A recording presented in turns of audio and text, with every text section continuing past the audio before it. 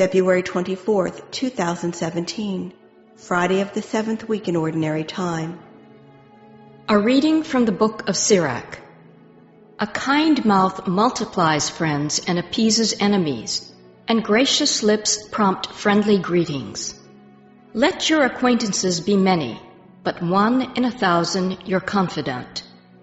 When you gain a friend, first test him, and be not too ready to trust him. For one sort is a friend when it suits him, but he will not be with you in time of distress. Another is a friend who becomes an enemy and tells of the quarrel to your shame. Another is a friend, a boon companion, who will not be with you when sorrow comes. When things go well, he is your other self and lords it over your servants. But if you are brought low, he turns against you and avoids meeting you. Keep away from your enemies. Be on guard with your friends. A faithful friend is a sturdy shelter. He who finds one finds a treasure. A faithful friend is beyond price. No sum can balance his worth. A faithful friend is a life-saving remedy, such as he who fears God finds. For he who fears God behaves accordingly, and his friend will be like himself. The word of the Lord. The responsorial psalm. The response is, Guide me, Lord, in the way of your commands. Blessed are you, O Lord, teach me your statutes. Guide me, Lord, in the way of your commands. In your statutes I will delight, I will not forget your words. Guide me, Lord, in the way of your commands. Open my eyes that I may consider the wonders of your law. Guide me, Lord, in the way of your commands. Make me understand the way of your precepts, and I will meditate on your wondrous deeds. Guide me, Lord, in the way of your commands. Give me discernment that I may observe your law and keep it with all my heart. Guide me, Lord, in the way of your commands. Lead me in the path of your commands, for in it I delight. Guide me, Lord, in the way of your commands. A reading from the Holy Gospel according to Mark.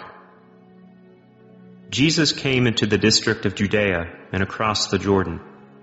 Again, crowds gathered around him, and, as was his custom, he again taught them.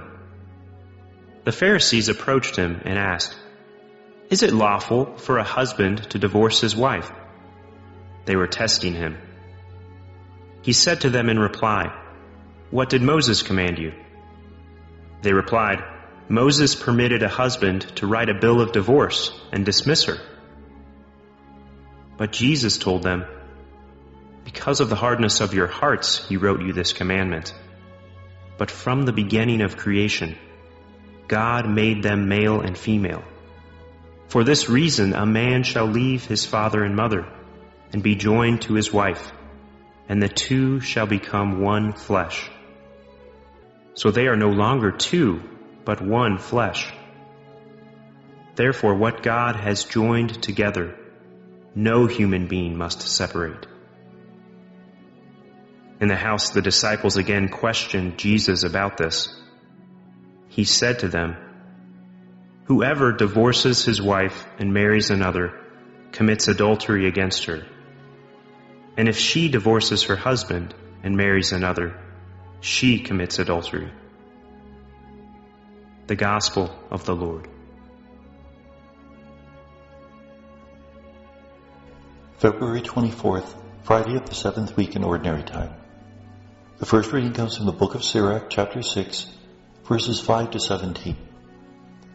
Again, this is a series of wisdom sayings, that if you have a kind mouth, you'll multiply your friends, and you'll appease your enemies.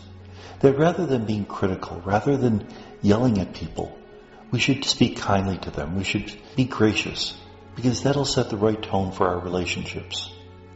He also speaks about friends, and he distinguishes between a person who is a friend when everything's going well, and a person who is a friend when everything's going wrong. That's a true friend.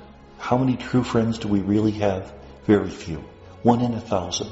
Because people who call themselves our friends tend to be shallow in their relationship, tend to be friendly to us, but not necessarily a person who will put himself or herself in danger for our sake. A faithful friend is a sturdy shelter. And how do we know if a person will truly be a friend? If that person fears the Lord. If the person fears the Lord, then that person will be authentic. The friendship will be profound. But if the person is not a person of faith, then we have to be careful, because there'll be other criteria in the motivations of this person. We have to be sure that we are cautious with our friends, that we don't confide with everyone, because not everyone can be trusted. The Gospel is from Mark 10, 1-12. The Pharisees questioned Jesus and asked him about divorce. Can they divorce their wives? Now, in the time of Jesus, Jewish people could divorce. And in fact, the rabbis had made it relatively easy. According to the law of Israel, you can divorce your wife if she displeases you. And they asked the rabbis, what does displease mean? The answer, if she burns one of your meals and she's displeased you, that's enough. If she goes into the marketplace and her dress is a little bit short, you can see her ankle, it's as if she were naked, so you can divorce her. They made divorce as easy as possible. Jesus' response, the only reason Moses gave you a law permitting divorce was because of your hard-heartedness. But God intended man and woman to live as partners for all time. They make a covenant with each other, and covenants are supposed to be eternal.